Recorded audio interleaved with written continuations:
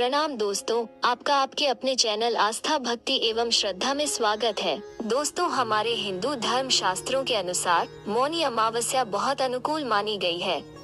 हर वर्ष माघ मास की अमावस्या को मौनी अमावस्या के तौर पर मनाया जाता है। माघ मास में पड़ने के वजह से इसे माघी अमावस्या भी कहते हैं।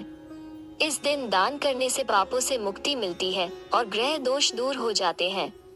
मौनी अमावस्या के दिन विधि अनुसार पूजा करना बहुत फायदेमंद माना गया है।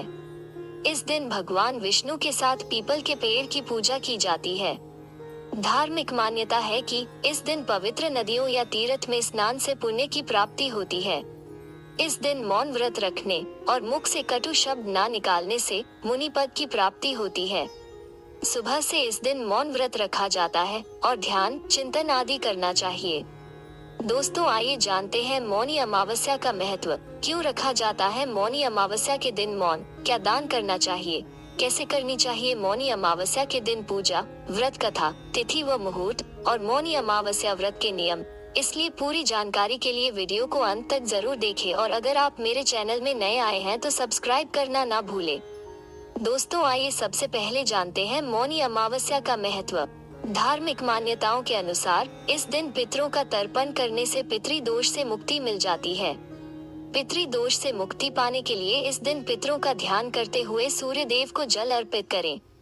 मौनी अमावस्या पर किए गए दान पुण्य का फल 100 गुना ज्यादा मिलता है। कहा जाता है कि इस दिन गंगा का जल अमृत के समान होता है। मौनी अमावस्या को किया गया गंगा स्नान अद्भुत पुण्य प्रदान करता है। दोस्तों, आइए अब जानते हैं कि मौनी अमावस्या के दिन क्यों रहा जाता है मौन। मान्यता है कि मन को शांत रखने के लिए माघ महीने की इस अमावस्या के दिन मौन रहा जाता है। ठीक उसी प्रकार जैसे लोग भगवान को शांत रहकर याद करते हैं, ऐसा करने से मन शांत रहता है और बुरे ख्याल दूर रहते हैं। अगर कोई व्यक्ति शांत ना रह पाए तो इस दिन किसी को बुरा भला ना बोले। इस परिस्थिति में भी यह व्रत पूरा माना जाता है। दोस्तों, आइए जानते हैं कि मौनी अमावस्या के दिन किन चीजों का दान करना चाहिए। पौराणिक मान्यता है कि माघ अमावस्या पर किया गया दान जीवन में सुख, शांति और समृद्धि लाता है। ऐसा कहा जाता है कि इस दिन दान करने से कई गुना पुण्य प्राप्त होता है। अमावस पर पवित्र नदी में स्नान करना चाहिए। माघ के महीने में सूर्य पूजा और नदी स्नान का विशेष महत्व बताया गया है। इस दिन अन्न, धन, वस्त्र और दवा आदि का दान करने से लाभ होता है। वहीं पशु पक्षियों को भोजन कराने से भी जीवन में अच्छे फल प्राप्त होते हैं। पीपल के पेड़ पर सफेद रंग की कोई मिठाई चढ़ाएं और उस पेड़ की 108 बार परिक्रमा करें। मौनी अमावस्या के दिन किसी जरूरतमंद व्यक्ति को तिल के लड्डू, तिल का तेल, आंवला, कंबल और वस्त्र जैसी चीजें जरूर दान करें। ऐसा करने से आपको पुण्य मिलेगा। दोस्तों, आइए जानते हैं कि कैसे करनी चाहिए मौनी अमावस्या के दिन पूजा। मौनी अमावस्या के दिन ब्रह्म मुहूर्त में उठकर और नित्य क्रियाओं से निवृत्त होकर गंगा या अन्य पवित्र नदियों में स्नान करना चाहिए। स्नान करने के बाद भगवान विष्णु की पूजा विधि अनुसार करनी चाहिए। पूजा करते समय भगवान विष्णु को पीले फूल, केसर, घी, दीपक और चंदन अर्पित कीजिए। इस दिन विष्णु चालीसा या विष्णु सहस्त्रनाम का पाठ करना चाहिए। मौनी अमावस्या के दिन जरूरतमंद लोगों को दान देने से विशेष फल प्राप्त होता है। मौनी अमावस्या के दिन जरूरतमंदों को दान दीजिए और शाम को भगवान श्री हरि विष्णु जी की पूजा कीजिए।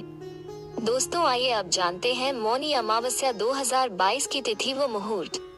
मौनी अमावस्या होगी 1 फरवरी 2022 को मंगलवार के दिन। अमावस्या तिथि प्रारंभ होगी 31 जनवरी 2022 को दोपहर 2:18 से तथा अमावस्या तिथि समाप्त होगी 1 फरवरी 2022 को सुबह 11:15 पर। दोस्तों, आइए अब जानते हैं मौनी अमावस्या व्रत के नियम। पहला नियम है कि मौनी अमावस्या के दिन सुबह नदी, सरोवर या पवित्र कुंड में स्नान करना चाहिए। स्नान के बाद सूर्य देव को अर्घ्य देना चाहिए। दूसरा नियम है कि इस दिन व्रत रखकर जहां तक संभव हो मौन रहना चाहिए। गरीब व भूखे व्यक्ति को भोजन अवश्य कराएं। मौनी अमावस्या व्रत का तीसरा नियम है कि अनाज, वस्त्र, तिल, आंवला, कंबल, पलंग, घी और गौशाला में गाय के लिए भोजन का दान करें। चौथा नियम है कि हर अमावस्या की भांति माघ अमावस्या पर भी पितरों को याद करना चाहिए। इस दिन पितरों का तर्पण करने से उन्हें मोक्ष की प्राप्ति होती है। दोस्तों आइए अब सुनते हैं मौनी अमावस्या की व्रत कथा। पौराणिक कथाओं के अनुसार कांचीपुरी में एक ब्राह्मण अपनी पत्नी धनवती, 7 बेटों और बेटी गुणवती के साथ रहा करता था। उस ब्राह्मण का नाम देवस्वामी था। देवस्वामी के 7 बेटों की शादी हो गई थी, लेकिन उसकी बेटी अभी कुंवारी थी। एक दिन एक पंडित ने गुणवती की कुंडली देखी और बताया कि देवस्वामी के कुंडली में मौजूद दोष के वजह से गुणवती विधवा हो जाएगी। सब उस पंडित से इस समस्या से निपटने का हल पूछने लगे। इस समस्या का हल बताते हुए पंडित ने कहा कि सिंगल द्वीप में एक सोमा नाम की धोबिन रहती है, उसे यहाँ ले आओ। उसके पूजा में इतनी ताकत है कि वो गुणवती को विधवा होने से बचा लेगी। पंडित के कहने पर देवस्वामी का छोटा बेटा और गुणवती सोमा को लाने के लिए चले गए। रास्ते में सागर पार करने के बाद थके हारे उन्हें एक पेड़ मिला। वो दोनों उस पेड़ के नीचे आराम करने लगे। उस पेड़ पर एक गिद्ध का घोंसला भी था। उस घोंसले में गिद्ध के बच्चे थे जो गुणवती और उसके भाई की बातों को सुन रहे थे। जब गिद्ध ने अपने बच्चों को खाना खिलाने की कोशिश की तो वो बच्चे खाना खाने से मना कर दिए और बोले कि पहले इन इंसानों की मदद कीजिए, तभी हम खाना खाएंगे। अपने बच्चों की जिद मानकर उस गिद्ध ने गुणवती और उसके भाई को सिंघल छोड़ दिया, जहां सोमा का घर था। अब दोनों भाई बहन सोमा को खुश करने के लिए तरकीब सोचते रहे। हर सुबह दोनों भाई बहन सोमा का घर साफ करके लीपा पोती करते थे। सोमा ने अपनी बहुओं से इस बारे में पूछा, लेकिन उसकी बहुओं ने उससे झूठ बोला कि वो यह साफ सफाई करती है। सोमा चालाक थी। उसने अगली सुबह जल्दी उठकर गुणवती और उसके भाई को साफ सफाई करते हुए पकड़ लिया। वो दोनों के काम से बहुत खुश हुई और दोनों के साथ उनके गांव चलने के लिए तैयार हो गई। जाते समय सोमा ने अपने बहुओं से बोला कि अगर किसी की मौत हो जाएगी तो उसके शरीर को जलाना नहीं है और जब तक वो नहीं आती तब तक इंतजार करना है। जब सोमा गुणवती के गांव पहुंची तो अगले दिन गुणवती की शादी होनी थी। अगले दिन सप्तपदी होने के बाद गुणवती का पति मर गया। सोमा ने तुरंत भगवान विष्णु की पूजा करना शुरू कर दिया और पूजा करने के बाद पीपल के पेड़ की 108 बार परिक्रमा करने लगी। यह उपाय करते ही गुणवती का पति वापस जिंदा हो गया था। जब सोमा अपने घर वापस लौटी तब उसे पता चला कि उसका पुत्र और उसका पति मर गया है। सोमा ने ठीक वैसा ही किया जैसा उसने गुणवती के शादी में किया था। भगवान विष्णु जी की पूजा करने के बाद वो पीपल के पेड़ की 108 बार परिक्रमा करने लगी। ऐसा करने से उसका पति और पुत्र दोनों जिंदा हो गए थे। अगर आपको मेरा वीडियो अच्छा लगा हो तो इसे लाइक करना न भूले तथा मेरे चैनल को सब्सक्राइब जरूर करें।